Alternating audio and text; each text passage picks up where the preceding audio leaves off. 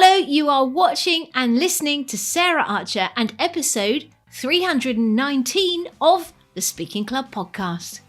And I want to open this show with a quote from Simon Sinek. He of the viral TED Talk and the book Start With Why, amongst many other things. Technology will always be a wonderful servant, but a terrible master.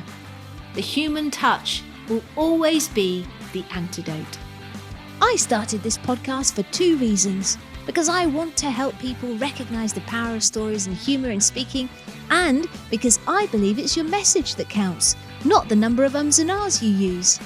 There are some organisations that want to create robot speakers. They want you to sacrifice your personality in order to speak perfectly. But I want to let you know that you can be yourself and a sensational speaker. So, if you want to be a speaker that connects and engages authentically through stories, a speaker that gives value as well as a great performance, then welcome home. Hey! It's great to be here. I hope that you are well. It's been a while. And I've been taking a bit of time out to regroup. But just because I haven't been doing stuff on here does not mean I haven't been busy. I have been doing all sorts of stuff. I was a judge again at the Speaker Awards. 55 entries in 2 categories I judged there, and I'm going to be sharing stuff with you that will help you, if you want to do some award stuff in the future, but just generally with your speaking. I have been creating some new products, which I'm really looking forward to sharing with you over the coming weeks and months. And I have been keynote speaking at an international event in Lithuania. It's one of the biggest sales conferences in Europe. And it was at that event that I came across the guy that I'm bringing to talk to you today. His name is Steven van Belleghem, and he was another keynote speaker at the same event in Vilnius. And when I saw him speak, I knew that I wanted to bring him on to the show for a number of reasons. One, because in his specialist subject of customer experience, he has got a really interesting take on AI and how to use it and not use it to give your customers the best experience. And I was really interested in that, and I think it will help you to see things potentially from a new perspective around that whole area. But also from a speaking perspective, he is an international, also global keynote speaker. He's a seasoned keynote speaker, been doing it for a long time, and his talks are full of great stories. And I just knew that he would be bringing some insights to this forum that maybe you haven't had before from other speakers. So yes, I'm really looking forward to sharing his stuff. He is a best-selling author. He's a trusted advisor to brands that want to balance tech innovation with human connection. And as I said, he has walked the talk on over 1,000 stages across the world. And he's got a really refreshingly honest take on what it takes to create moments that matter for your audience. So if you want to future-proof your brand, wow your customers, and connect with audiences in a way that gets remembered, then listen up. Enough of me. Let's head over to the interview with Steven van Belleghem. Welcome to the Speaking Club, Steven van Belleghem. Hey, Sarah, good to be here. Thanks for the invitation. Oh, I couldn't not invite you. You and I were both speaking at part of EMU Formulae in Lithuania. And when I heard your talk, I thought I need to get Steven on the show. And here you are, which I'm really thrilled about. And then luckily we were together in the taxi to the airport. So we could actually meet and have a little chat. So that was really pleasant. Yeah, exactly. That was a good conversation. And that cemented it for me. Good. Okay, well, my first question is this. You've spent over a decade exploring the evolution of the customer experience, which is kind of what you speak on. What do you think is broken right now in how most businesses connect with their customers?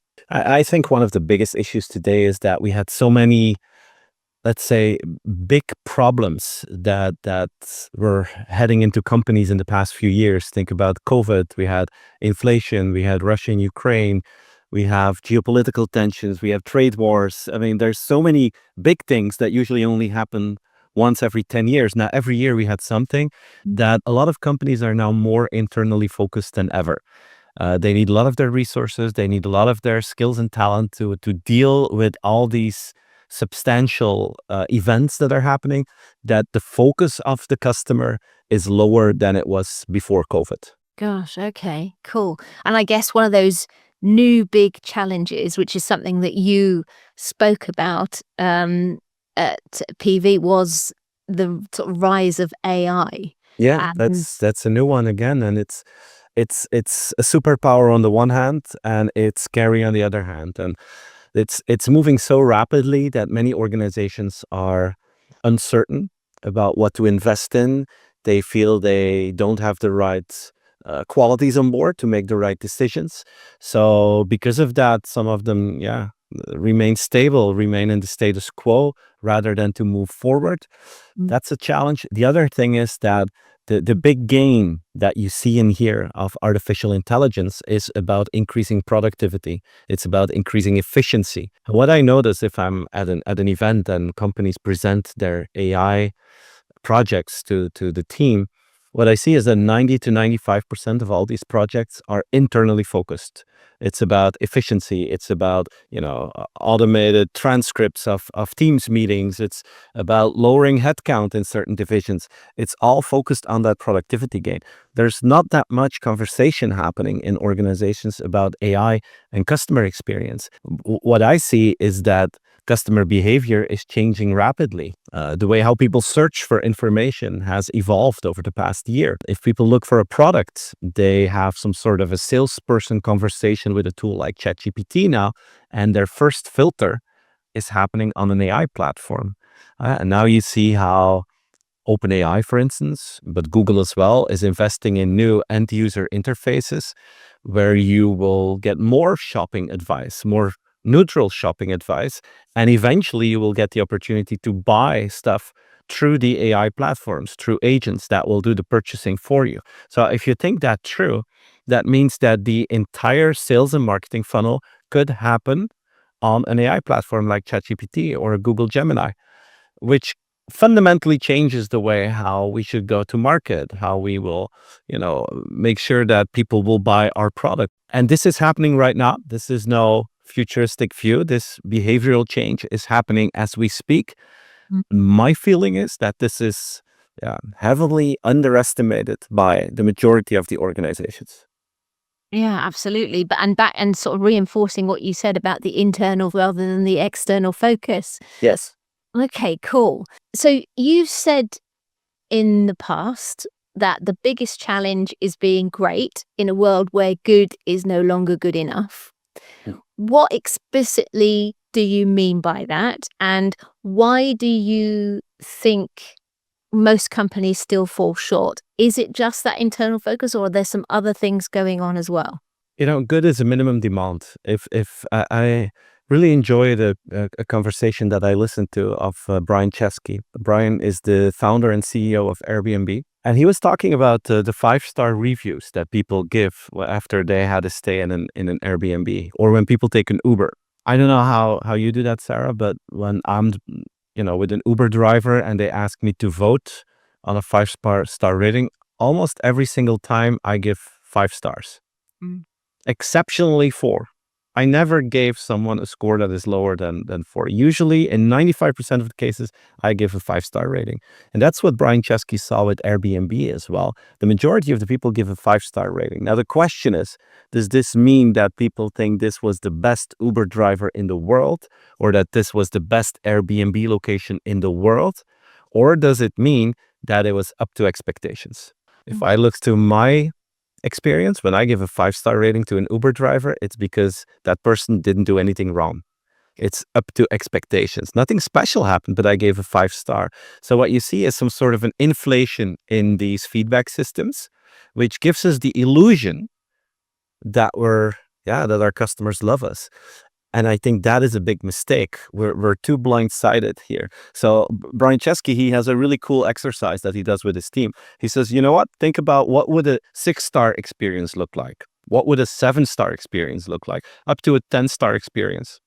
And it can be wild, it can be unrealistic, but it's some sort of a mind-stretching exercise to make sure that people will think beyond the obvious to surprise customers and to do something that is beyond the normal or beyond the boring kind of transactional relationship that most businesses have.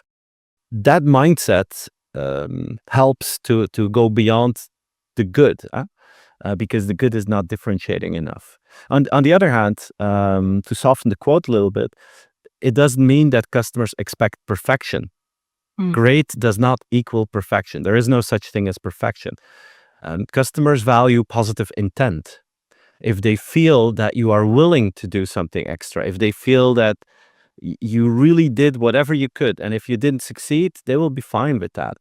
Customers are negative when they have the feeling that you're following a process and you're not thinking as a human anymore, and you're not taking the normal decision. Then they're like, what kind of monster have you created with your company structure? Just do the normal thing here. If they feel that you're trying to do the normal thing, they'll be more than happy.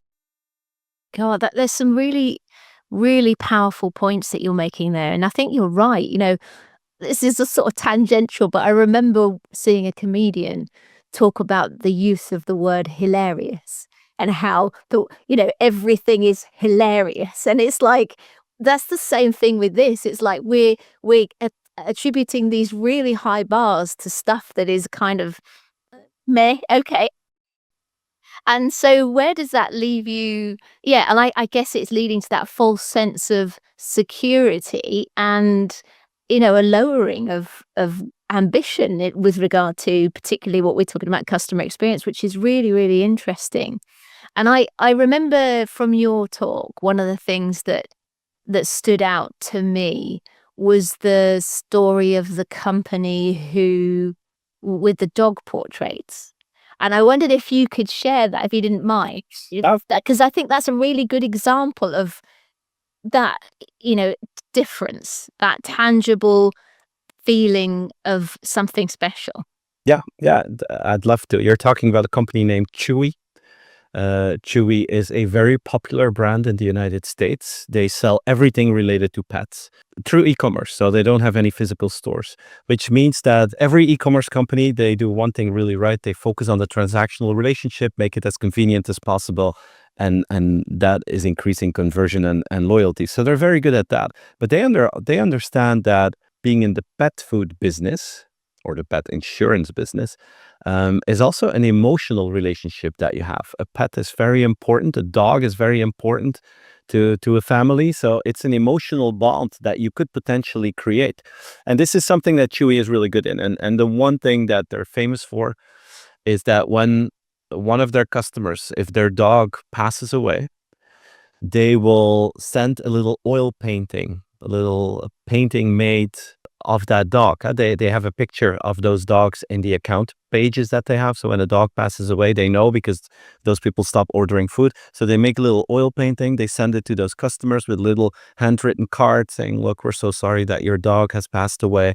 Hopefully you have great memories. Love from Chewy, from John from Chewy. And they send about 1,000 of these paintings every week. So they have their own oil painting department, basically. I have 4 people doing oil paintings day in, day out. And, if I tell this story, people are like, oh, this is so sweet. But then I try to make it a little bit more rational, more business context. So those 4 oil painters, let's say this is a budget of about $200,000 a year to pay those people. What do you think brings in most money? 200,000 for those oil paintings or 200,000 in additional sales, Facebook advertising? And then you've seen what happens.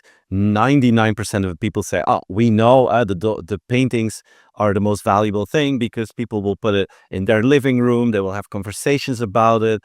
It will stay there for 10 years.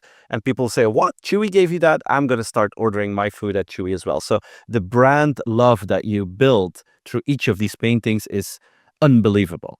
Everyone knows that. But when I ask the question, okay, you all know that the dog paintings bring most value to the company. what do most companies choose? The for oil painters or 200K in Facebook advertising? Everyone says, yeah, then we will choose the Facebook advertising. Why? Because the Facebook advertising is easy to measure. Right? You can make your Excel sheet where you say, look, I invested 200K. Now it brought us 240,000. So we're great people. Look, Mr. or Mrs. CEO, how good I am at my job. It's easy to measure. The dog paintings, very, very hard to measure. It's a belief. It's something that we humans that we know. Yeah. It's very hard to measure. And this is the crazy thing, the difference between a human and a corporate human is how I call it.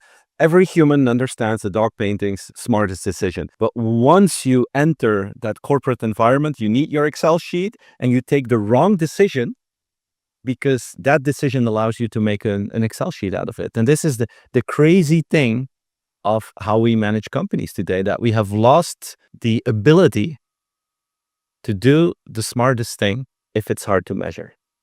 Yeah. And I think that's a cultural thing, isn't it? It is. Because no one wants to put their head above the parapet and propose something unusual that hasn't got that measurement behind it. But often that's going to make the difference. And it's those companies that are brave enough to create a culture where people can try things out and do stuff like that will start leading the way, I think, and being sustainable. Yeah, that's just a brilliant story. Okay, cool. And I think, do you think that they are an example of a company that has got the balance right between digital innovation and human warmth? Absolutely. They're a cool example of that. It's exceptional, especially in their business online. If you look at Amazon, and I know they're very successful, but it's almost impossible to reach a human. They are built on their processes, super rational, and they're successful with that because at their scale, there's no one else who does it as well as they do. But there's also no alternative. The moment that you have a Chewy in your market where you get emotion on top of transactional quality, then it becomes interesting to look for something else. Like in the Netherlands, you have a company called Coolblue, mainly focused on e-commerce and electronics. That's their core. They're also a bit like Chewy. They're very easy to reach. They have handwritten cards. They do all these crazy things. They make videos with all their employees who are part of the story. Their CEO has a vlog. So they make it very human. They make it very real. And because of that, people love that company. Even though they're more expensive than their competitors, they're super successful because there's some sort of a connection between people living in Belgium and the Netherlands and Coolblue. So it pays off, but it requires a certain culture. Leadership needs to support it, and then it pays off. Yeah, absolutely. I can think of a company, it's actually local to where I live, and they make tea. And again, they have a few outlets, but predominantly e-commerce. But when they send out the teas, someone handwrites a tea-based pun. It's like a joke. And they are building a huge community. And I think that's the thing. It's when you get that, human feel to things and build that connection with people, that emotional connection. I mean, that's not quite as extravagant as having an oil painting department, but nevertheless. Yeah, it's on a different scale, but it's injecting that personal human experience to something that could be very rational and distant from you. Yeah, Yeah. absolutely. Really interesting. And do you think because of this whole, 5-star thing and it's our customer expectations are being lowered, or do you think that when we do experience something different, that's when we will go out of our way beyond the sort of Google review to share it on social media and all of that sort of stuff? Do you think that how has it affected our expectations? Because I know you talked about, in your book, The Offer You Can't Refuse. What do you think customers are looking for? Well, a few things. First of all, this philosophy that you talked about, that people share, that people will post, that they will become ambassadors of your brand, has always been very important. Ever since the start of doing business thousands of years ago, word of mouth was the most crucial form of advertising. I think today it's more important than ever again because, as I mentioned in the beginning, people will take a lot of decisions through AI platforms. So the funnel is happening on an AI platform. They get their information from the internet. What studies now show is that if you want to get recommended by ChatGPT, the the data or the sources that are most credible for ChatGPT are third-party reviews, stories, not mentioned by the company itself, by earned media. 90% of its criteria or its feedback is based on earned media. So today, if you have a great customer experience and people become ambassadors, the consequence is that you will be picked up by these AI platforms more rapidly than companies who don't.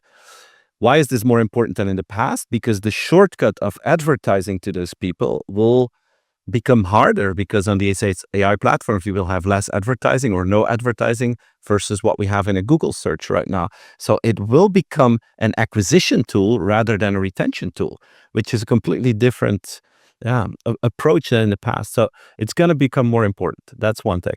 Second thing is we have inflation in expectations. So what is exceptional today is normal tomorrow. That's how fast it goes. We've seen examples of that, like Wi-Fi in hotels used to be something that you had to pay for, 20 euros a night. Today, it's free everywhere. And if you would meet a hotel that still charges you, you would be super, super angry with that. They would be terribly punished with bad reviews because of that. So, it became normal overnight. This is what we see. The Offer You Can't Refuse was a research project that I did to really look for the expectations that people have on different layers in the relationship. And the minimum demand is actually a good product and good service. Convenience, making it easy to do business with you. Those are two important assets, but you cannot differentiate with those anymore because people expect you to have them. If you don't have a great product, if you're not convenient, they see you as a less interesting party to work with. Where can you make the difference? In the more emotional part of the relationship. The first one is what I call partner in life. How can you create positive change in the life of customers? What can you do beyond the product that you sell to add value in the life of your customers? Here, it's not about optimizing customer journeys. Here, it's about bringing value in life journeys of people. So partner in life, which is a deeper, more emotional kind of relationship. And the fourth layer, the last one, is about creating positive change for society. And here I think beyond sustainability, people say, sustainability. No, it's about using your own strengths, the core of your expertise to create value for society. And if you work with those two, creating positive change for people, creating positive change for society, those are assets, dimensions you can work with to create that more emotional relationship. And the combination of the four, great product service, convenience, partner in life, creating positive change for society, those four together, they bring an offer you can't refuse for customers. Wow.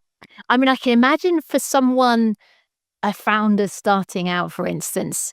Well, I mean, I suppose if you are just starting out, you have the opportunity to get it right from the beginning. But it might also seem quite daunting. For those organizations that, are bigger, slower to move, is that something that is easy to change? Have you got some examples of companies that have recognized these things and made a shift? Or is it something, that most companies are resistant to? I think if I tell this story, most companies see the value. I felt that the idea of partner in life is something that sounds really attractive to a lot of organizations, but implementing it is very often a challenge. I had the pleasure to work with a big insurance company in the Netherlands.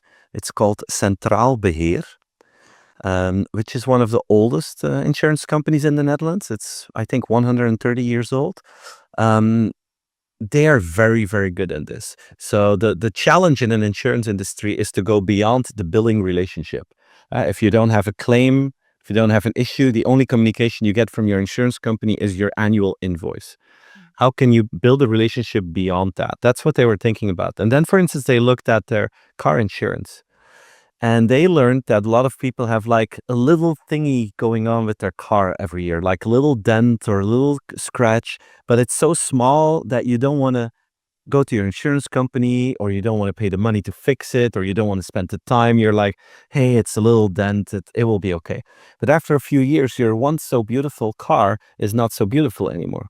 So they organized little dent days in several places, locations in the Netherlands. And every customer of Centraal Beheer can go there with their car, and they will fix the little dents and little scratches completely for free. It's an additional service that they offer. And the cool thing is they organize these events not with event organizers, but it's their own team who's actually taking care of things. And it's not the service or salespeople, but it's the people who are usually behind the scenes. So it's accounting, it's IT, people who never see clients in real life. They have to host that day. They have to welcome the clients. They have to offer them a coffee or a little piece of pie or something like this. And it's like a small party that they organize, and they fix things for free for you because they're their client and they understand that this brings value in your life. See, this is a beautiful one example, but this is a beautiful example how you can create positive change in the life of customers. And they have for each of their insurances, they looked for services and value like this. And some of these services were even payable. Partner in life doesn't mean you have to offer this all for free. It's just by offering the service, you show that you understand the needs of the clients, and most of them are happy to pay for a thing like this. So you make money and you make clients happy at the same time. Oh, I love that. A ding day. We call them dings in the Dings? UK. Ah, okay. Ding. You've dinged your car. Yeah. Oh, that's really cool. I love that. God, the people are missing out. Like other insurance companies are missing out on things Yeah. like that. And it's fun and it's easy to do. It's low budget and it builds your brand in an incredible way. Much more impact than a 30-second commercial on TV. Yeah, brilliant. Oh, I love that. Thank you for sharing that example. That's so cool. Now, what I'm also interested in, and I think that you walk the talk here, but I'm going to check in with you to see if this is the case. Okay. So your main gig is customer experience. That's where, that's your bag. Now, in terms of the expectations of your clients as a professional speaker, there is, times change.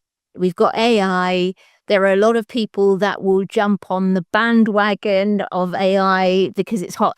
But I felt like you had weaved in the things that matter for customer experience with the dawning of AI. And you had evolved your content to meet the demand that you knew was there from your clients without losing the core of your capability and message. And I feel like this is, for your way of being a partner for life for your clients, because I know that you have repeat bookings. Is that the case? Was it intentional? Is it just, and what else do you do to make sure that you are a partner for life for the event bookers that book you to speak? Well, first of all, thank you, Sarah. These are very kind words. I really appreciate that.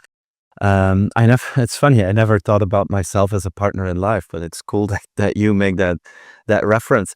But I think that's indeed what I'm trying to do. My stories always evolve. Expectations of the market evolve. There are new opportunities, new threats, and it's my job to summarize the things that are happening and translate that into customer strategy for my clients and my followers and my audience. And it's what I'm passionate about. My goal in life is to make sure that people get better service everywhere they go, to make the clients of my clients happier. That's my mission. So I need to inform my clients and my audiences about what's happening and how they can deal with this. And you're right. I think there never been more public speakers in the world than today, especially with the rise of AI. A lot of people are talking about it, and I don't mean this disrespectful, but the majority of the AI talks are a sum of tools that are being described, which is valuable for a lot of people because not everyone is into the tools and they learn and they can play with it.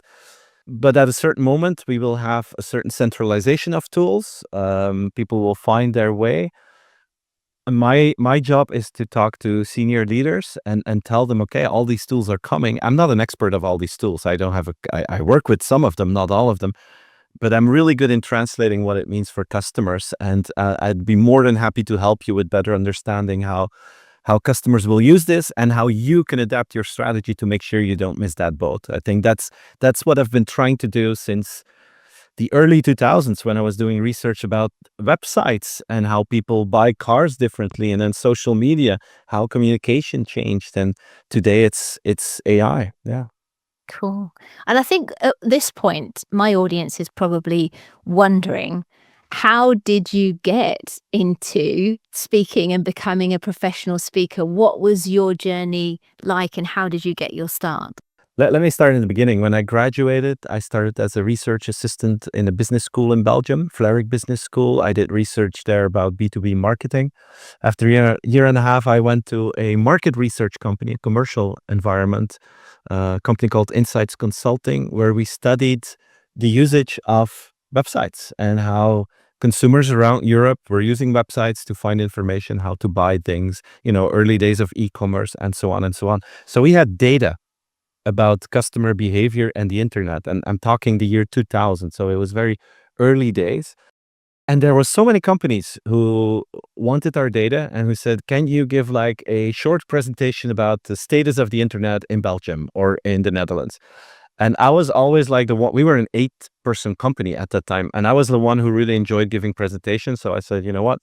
I'll take care of this. So I had this training school of giving so many presentations. In the meantime, I was also teaching still at the Vlerick Business School. So I was just doing presentations, learning, falling, crash and burn, how it goes. And then there was this day in 2008, Microsoft Belgium called and they said, we have Steve Ballmer coming over for his annual visit, the CEO back then of Microsoft. And they said, would you like to do like a pre-presentation before Mr. Ballmer goes on stage? And I said, yeah, of course, because that was a very interesting audience. 2008, 2009, arrival of Facebook, Twitter, and so on. So I made a presentation called The Conversation Manager, which was about how you can now have online conversations with your audience, how the customer got a voice, the first theories of social media. And that presentation went really well. I prepared it very well. And afterwards, one of my friends said, Steven, that was a really good story. Why don't you write a book about this? This is really cool. And I said, yeah, well, it's always been my dream to write a book. So that summer, the summer of 2009, I decided to write a book called The Conversation Manager. It was released 2010, March 2010. And yeah, it was a big surprise for me, but it was a really big hit, that book. That was like social media, like AI now, but then social media and how to be customer centric too through social media. And I was invited everywhere to speak. And that's how I ended up in that speaker circuit. 2 years later, I wrote a second book called The Conversation Company. And then I decided to leave Insights Consulting and fully focus on the speaking. I started on my own. 2 years later, my wife joined me to work together with me. A year later, I met Peter Hinzen, which is also a fantastic Belgian speaker. We started a company, Nextworks, together, which is an inspiration agency. We organize inspiration journeys to Silicon Valley, to Dubai, to China, to Stockholm, Paris, London, Berlin, where we take managers from all over the world to these innovation hubs. We moderate an entire week with them. We visit 20 companies in a week. So we started that company, which is now running on its own. And my job now, 13 years later, is still for 90% of my time, I'm on a stage giving a presentation about customer experience. So I'm super happy with the jump I made. And I'm also super happy that I got an opportunity to learn for 12 years without having a book or without high expectations, just be able to learn and to burn at the same time. Oh, I love that. I didn't realize you had a separate inspiration. I love that. That's so cool. How did you get the idea for that? Peter and me had dinner, and we were talking about how could we work together. And he was active with Oracle, who asked him to organize certain of these trips for Oracle clients from Belgium who had to go to Silicon Valley. So he did that with IT managers. And then Peter told me, you're a marketing guy. Why don't we work together? Why don't we organize a tour for business people? And I said, yeah, of course, that sounds wonderful. So I think it was 2013. We launched that, and it was an instant success. We had a bunch of people who wanted to join. The buzz was great. So the year after that, we had 2 of those tours. We had waiting lists for people to join us. Then we had a big Belgian company who said, I want to send my top 200 on a trip with you guys. And then we had a year, must have been 2014 or so, that Peter and me were traveling, and those were always full weeks. We were traveling, I think, 14 or 15 weeks a year. I traveled more with Peter than with my family. And then we said, this is really cool because it's a success, but it's over the top. Why don't we stop the hobby project, because it was like a side project for us, and really build a company around this where we have other people who join in and help us with that. And that's how we started. And today I think we do with Nextworks more than 50 of those tours a year, every week. Peter and me still moderate them, but only 2 or 3 times a year. It's super interesting, but yeah, it's impossible to do more. But we have now an international network of moderators, experts in different domains. And we try to inspire managers by bringing them into the innovation itself. Oh, I love that. And the beautiful thing is that you're not just speaking about this stuff with that company. You're practicing what you preach effectively through that. That's brilliant. Okay, cool. So one of the things that you've highlighted is that there was 12 years of delivery and honing the craft before you wrote the book, and then got invited to speak. I suspect, I don't know, if you hadn't had that 12 years and the talk couldn't live up to the book, you might not have got so many gigs on the back of the ones that you did. Mhm. But what I'm curious about, having given over 1,000 keynotes in 45 countries, is what's the biggest lesson that you've learned about audience connection from being on that many stages? I'm just going to give my experience, Sarah. I don't know if this will work for other people as well, but for me, connection is about staying very close to who I am as a person.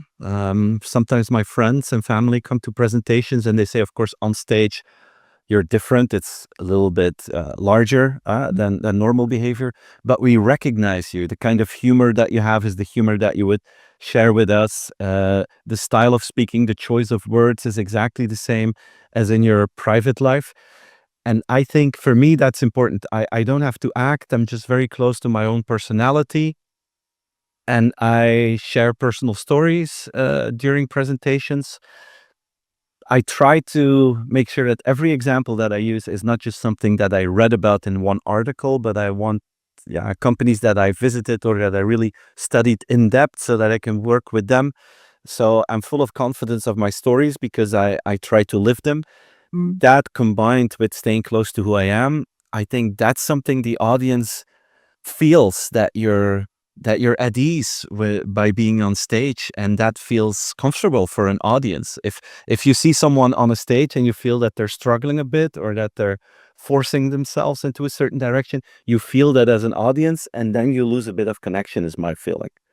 Yeah. So for me, the 2 words that come to mind are authenticity and authority, and like credibility.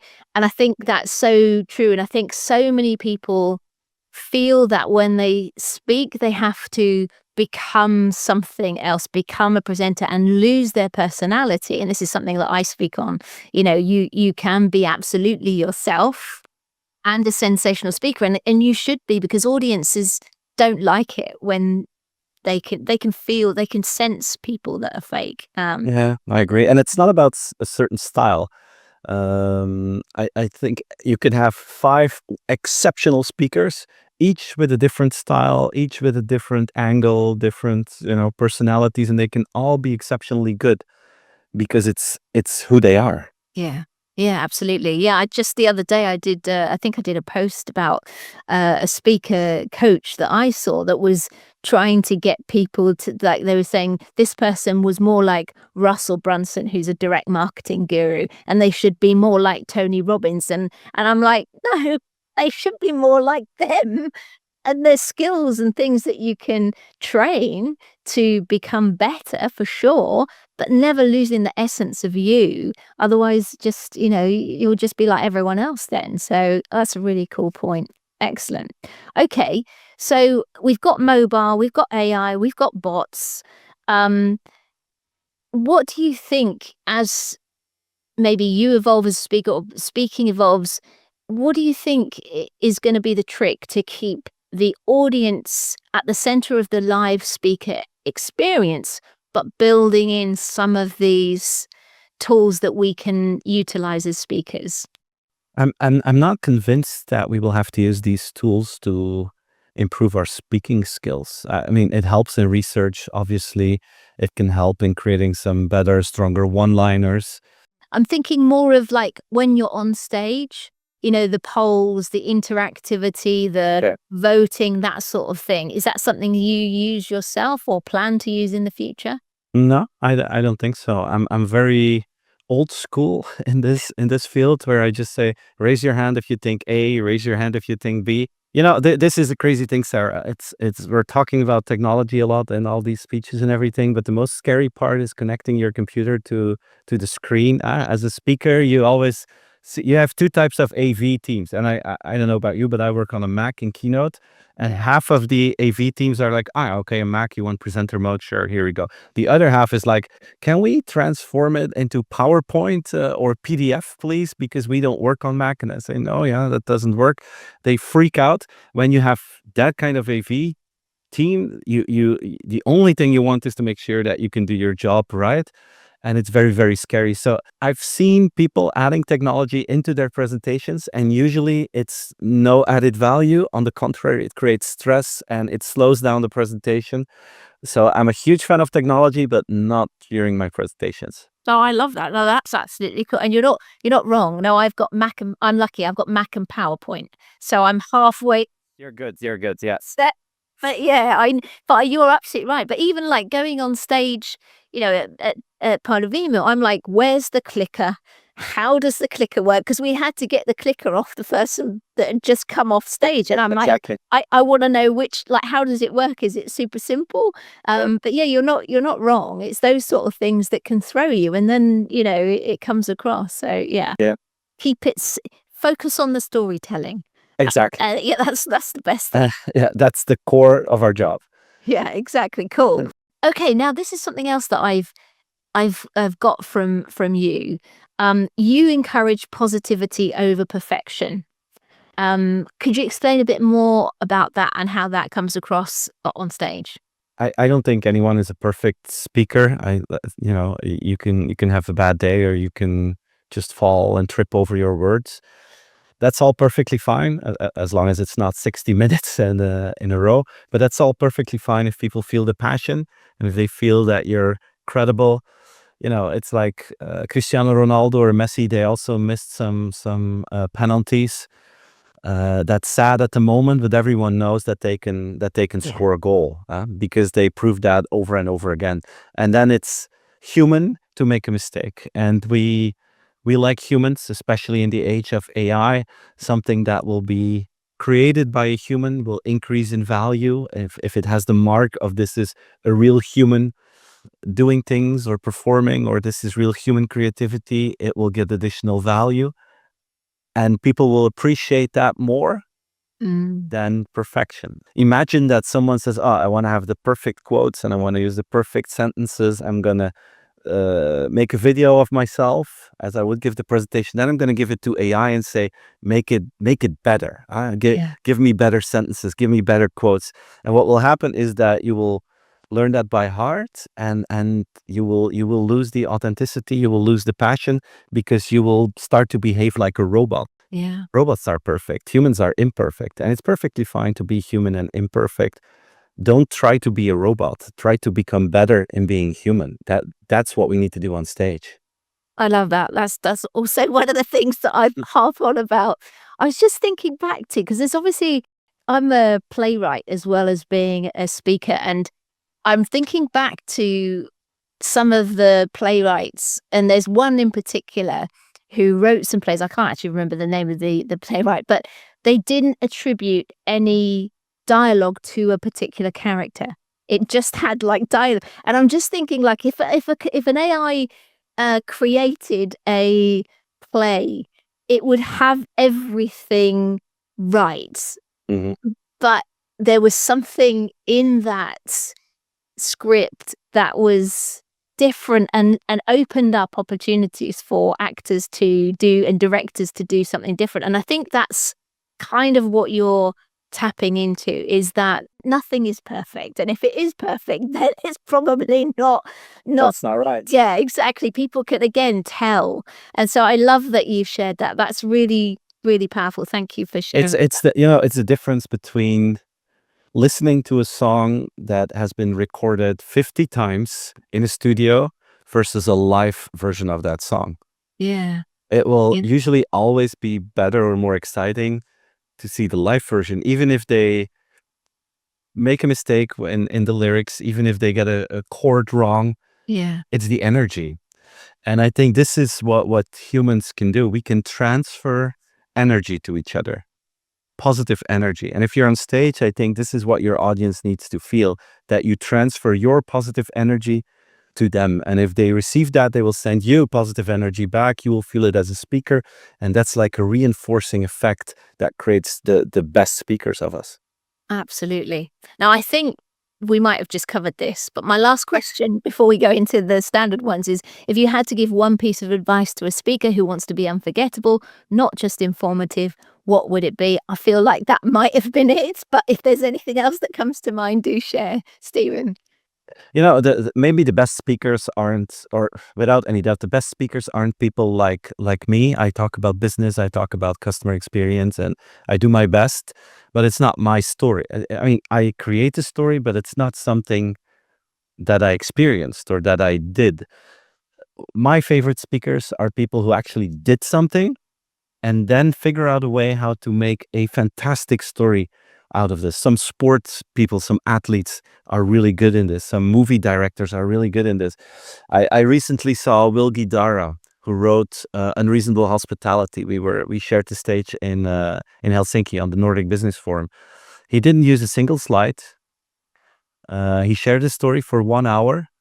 But I mean, he did it. His restaurant became the #1 in the world, and he told us how he went through that journey, how he used this or created this philosophy of unreasonable hospitality, and how that sort of innovation brought him to that #1 position.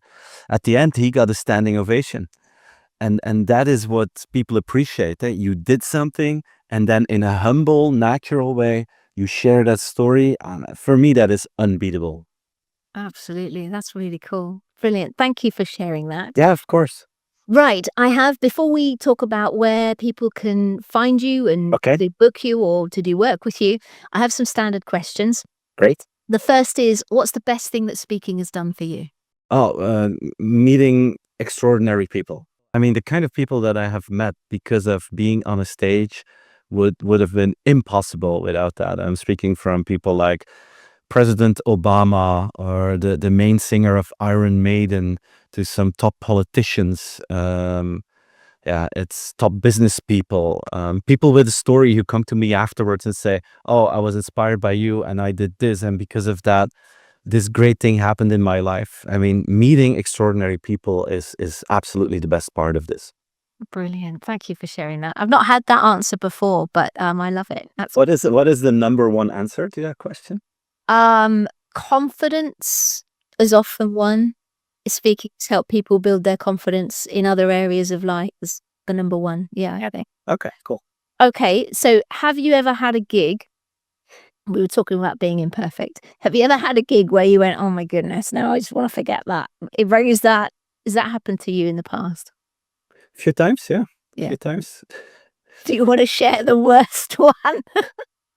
They're embarrassing stories, Sarah, but I will share two. One is really annoying. It's in the middle of a presentation in front of 300 people. I take a sip of water and the water goes the wrong way down. Oh no. So I have to start coughing like crazy and I completely lose my voice because of that.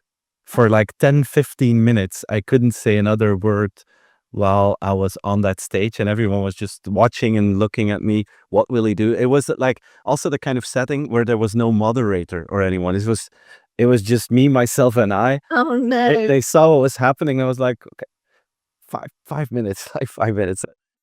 Terrible, terrible experience. And then even worse, luckily that was a small audience in a company, but in the middle of the talk, I suddenly felt that I was becoming sick.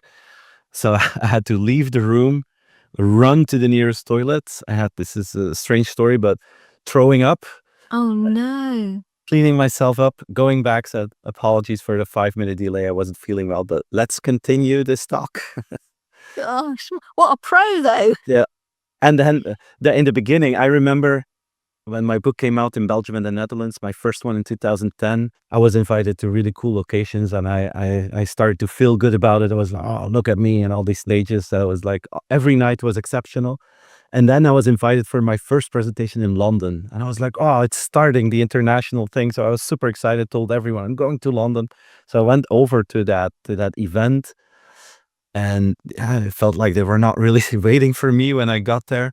And then eventually I found my room. It was like a small room, open room in an exhibition. And then they said, oh, here's your stage. So I started to connect. And then it was time to present. And I saw everyone from that exhibition leaving to the large auditorium where the keynote speaker was. And I literally had two people sitting there in my room. No. I traveled all the way from Belgium, was super excited, and then I was like, okay, I got two people here. But then I tried to give the best possible presentation for those two people. I said, you never know who they are. But there was no follow-up business or that. That was my first international experience as a speaker. Yeah. Oh, thank you for sharing that. Very humbling. I was super happy to come back to Belgium and to give my talks for my fellow countrymen here for the months after that. Oh, bless. That's so cool. All right, brilliant. Thank you for sharing those. Okay, next question. What's the book that's had most impact on your life and why? That's a difficult question. I don't think it's really one book. It's more a book, several books written by the same person. And you have haters and lovers of this individual. Most people will know him. His name is Gary V. Oh, yes. Gary Vaynerchuk. He can be very extreme in his approach. I followed him, and I had the pleasure after that to work together a few times with him. We went a few times to his offices in San Francisco and New York. He came to Belgium.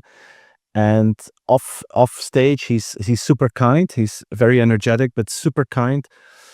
And the stories that he wrote in his book, like the Thank You Economy, the Hustle, I don't remember what the title was, but Jab Jab Punch was one, I think. yeah, and Hustle, I think, from basically motivating you to do things and to use social media and to not give up. I followed a lot of his advice in the beginning, and probably I would have given up if it wasn't for him. And he inspired me. He was also the reason why we started a couple of years ago, me and a friend, a social media agency in Belgium. Basically, we copy-pasted his idea of VaynerMedia, but then locally smaller. We were able to build that company, to sell that company. So that has been a good ride for us. And still, I'm very thankful that he gave me some advice early on in my career that I followed, that I think played a big role in what I can do today. Oh, that's really cool. No, that's great. There's some, he is Marmite, but, I think it's nice to hear that in person, he's, I think it's all well-intentioned. It's Some well people- intentioned. Yeah. I was super impressed. We invited him to Belgium, so we did an event. I spoke there. My friend Peter Hinsen spoke there, and Gary spoke. And we from at first sight we saw the fanship that there is for him. So that evening we went to Antwerp. We took him to a nice restaurant, and it was a wonderful evening. But just before we checked into that restaurant, he shared a tweet. He says, "I'm here. If you want to meet up at 10 o'clock, just let me know. I'll be outside, and I'll say hi to all of you." And I told him, I said, "Gary, this is Belgium. This is not the US. I mean, we're more neutral. We're calm here. So don't set your expectations up too high." So it became 10 o'clock. We were having dinner, and suddenly the chef of the restaurant came to us and said, "Who's Mr. Vaynerchuk? We will have to ask you to leave the restaurant because we have an issue. The square in front of our restaurant, there are hundreds of people here. They're shouting and they're threatening that they will come in if you don't go out." And he said, "No problem, I will go out." And we were looking there. The police was there because they thought this is there's something going on that we don't know. And there were 400 people standing there. They came from Amsterdam, from Germany, from Paris. They jumped in their cars. They just drove to Belgium because they knew that he would be there. And then I saw him. He left. It was cold. It was January or so. It was freezing. He forgot to take his jacket out because he wanted to go outside. He stayed outside until 1 o'clock in the morning. He literally talked to every individual. He didn't leave before he could answer all questions. And then he came back at 1 o'clock and he said, "Let's have the main dish of our dinner now and let's continue our conversation." And then I thought, wow, you really walked the talk. He actually spent time with each of his fans, even if he didn't have to do that. But that's exactly what I did. And then I was super impressed with that. And that's going back to our original, at the start of our discussion about exceptional experience. That's an example for sure. Yes, Really. absolutely. Cool. That's great. Thank you for sharing that. And this might cross over. We've got 2 more questions. This might cross over. What's the best bit of business advice you've been given and why? Probably from my first professor that I worked for. His name is Rudy Moenaert. Rudy. I did my thesis with him. He hired me at the Vlerik Business School. And he told me that I had to teach in that business school. And I said, this is going to be very awkward for me because the students in that classroom, some of them are my friends from last year. I started to work here, but they did an additional year. And we spent quite a lot of time in bars and having beers and too many beers. And now you want me to teach them? That's going to be very awkward. And he says, you know what? Just jump in the deep and we'll see what happens. If necessary, I'll jump in and I'll help you out. But prepare well. I will help you. I will coach you. And then I'm sure you'll do fine. And I was super, super scared. But actually, I said, okay, I will try it. I did it. And I was surprised because it wasn't perfect. It was far from being perfect, but it was good enough. And I felt I was scared that they would make fun of me or that they would say, look, he's teaching us, but actually he had lower grades than us last year. But I felt some sort of a warmth that people said, this is actually cool and fun that you have the guts to do this for us. And we're going to support you as well. And then I felt, wow, if you jump in the deep, you're honest about that, most of the people will appreciate that and be nice back to you. I love that. That's cool. And kind of what you've continued to do. I feel I get that. So that's cool. Okay. Last question. Again, maybe we've already had the answer. I don't know. Okay. If you could have one mentor, they can be alive or dead, fictional or non-fictional, who would you choose and why? Oh, let me think about this. One mentor. I would probably go for someone like Walt Disney. Cool. Yeah, I'm a big Disney fan, and the combination of business braveness. We all know the story of Snow White. If Snow White wouldn't have been a success, there would be no Disneyland or Disney World today because he jumped in the deep and took a major risk with that. All his private money was into that. The creativity of saying, my movies are 2-dimensional. I need an experience that is 3-dimensional. And people say, Walt, that's impossible. Movies have a screen. So I'm not talking about a movie. I'm talking about a land. Let's create the Disneyland.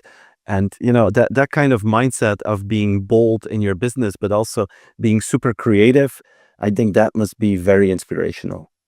Yeah, absolutely. That kind of harnessing that vision, bringing that vision to life and being all in on it. And yeah, it's so cool. Cool. Brilliant. It's been an absolute delight to talk to you, Stephen. And you've given me, and I'm sure people listening, so much food for thought in relation to customer experience. And, we're all delivering a service in some way or other. True. And also the speaking tips that you've shared. If people want to book you to speak or want to work with you, where is the best place for them to go? First of all, thank you for inviting me. It's been a pleasure. You're a fantastic host, and I really enjoyed this conversation. People can find me at my website, stephenvanbelleghem.com. If you Google me and if you make some typos, I'm sure you will get to the right page. That's the best way to learn more about me. You can reach me there directly. LinkedIn is a good platform as well. I post a lot on LinkedIn. Unfortunately, you cannot connect with me anymore on LinkedIn. I told you that because I reached the maximum amount of connections, but you can follow me. You can send me direct messages and I reply to those as well. And next to that, on every social media, I share a lot of my speeches on YouTube. I share a lot of videos on Instagram, some on TikTok. So on most of the major social media, people can find me and the ideas that I like to share. Smashing. And we'll put a link to those places in the show notes as well. Fantastic. That's super kind. Well, all that's left for me to say is thank you again so much for giving your time and your thoughts and your stories. It's been, as I say, a pleasure, and all the best of luck with everything that you're working on right now, Stephen. Thank you so much. It's been such a pleasure to be here. It was great to meet you in Vilnius, and I'm sure we will meet again somewhere on the road. But thanks for having me. It was really cool. Thank you very much, Sarah. You're welcome. Well, I hope you enjoyed that interview, listening to it as much as I enjoyed actually conducting it with Stephen. I love his energy. He's such an authentic, down-to-earth guy with some real insights, and you can see that he is the real deal. He's done the work, he's done the research, he knows his onions, and he is one of those sort of leading edge thinkers that could really make the difference. But yeah, and as a speaker, again, it just comes across as authentic and really cares about the audience. So I hope that you did take something away from this interview, some new insights, some aha moments. And if you did, it would be amazing if you could go and let Stephen know on LinkedIn. Really interesting. He mentioned in the interview that he is at the capacity for LinkedIn connections, and people can get quite upset. He said to me in the taxi we had getting back to the hotel that people can get quite upset with him when he doesn't accept connection requests, and it's because he's actually reached the limit. It's not down to him, it's down to LinkedIn, which is actually a really poor customer experience that LinkedIn are giving to people. Like, I'm not sure why there is a limit, but there is. So if you do try and connect with him and he doesn't accept, it's not because he doesn't want to, it's because he can't. But he is, you can, I'm sure, message him or comment on his posts and get something to him to let him know that you got something from the interview. And obviously do go and check out the website. The details are in the show notes. If you do want to book Stephen or work with Stephen, I'm sure that he will be an asset in any which way you choose to work with him. I hope that you enjoyed the show. It's lovely to be back with you. If you did enjoy the show, watching it on YouTube or listening to it on any of the places that you can listen, Apple Podcasts, Spotify, Amazon, then I'd be so grateful if you could subscribe, leave a comment, and if you're listening to the podcast, rate it. And you can leave a rating and review over at ratethispodcast.com/TSC. It's, as I say, great to be back. Thank you so much for choosing to listen to the Speaking Club. And I'm excited to have more stuff to share with you in the coming weeks. Look after yourself. Go out. You know what I'm going to say? Go out, grab your life by the nuts and get cracking. Bye-bye. It's a nightmare. You're an expert with so much to say, but now that you've been booked to speak, you're struggling to know exactly what to talk about. You want a talk that engages the audience and wins you new clients without you losing your personality or anyone feeling pitched to. But what happens when you sit down to create that talk is that you end up staring at a blank page for ages, or worse, surrounded by hundreds of sticky notes with content that you could include. With so much material, you just don't know where to start or finish. Don't worry, because many experts like you face exactly the same challenge, and that's why I created the Blank Page to Stage Guide. In just 50 minutes, this breakthrough resource is going to help you identify the big idea of your message, make it relatable for the audience that you're speaking to, and convey it all in a way that gets the audience inspired and on board with your idea. And it works even if you have tons of material or your subject feels less than exciting. If you want to cut through swathes of content and get a talk that you're excited to share, your audience loves, and wins you new clients, then grab your blank page to stage guide from saraharcher.co.uk/new guide-TSC. Oh, I forgot to say, it's completely free. Enjoy!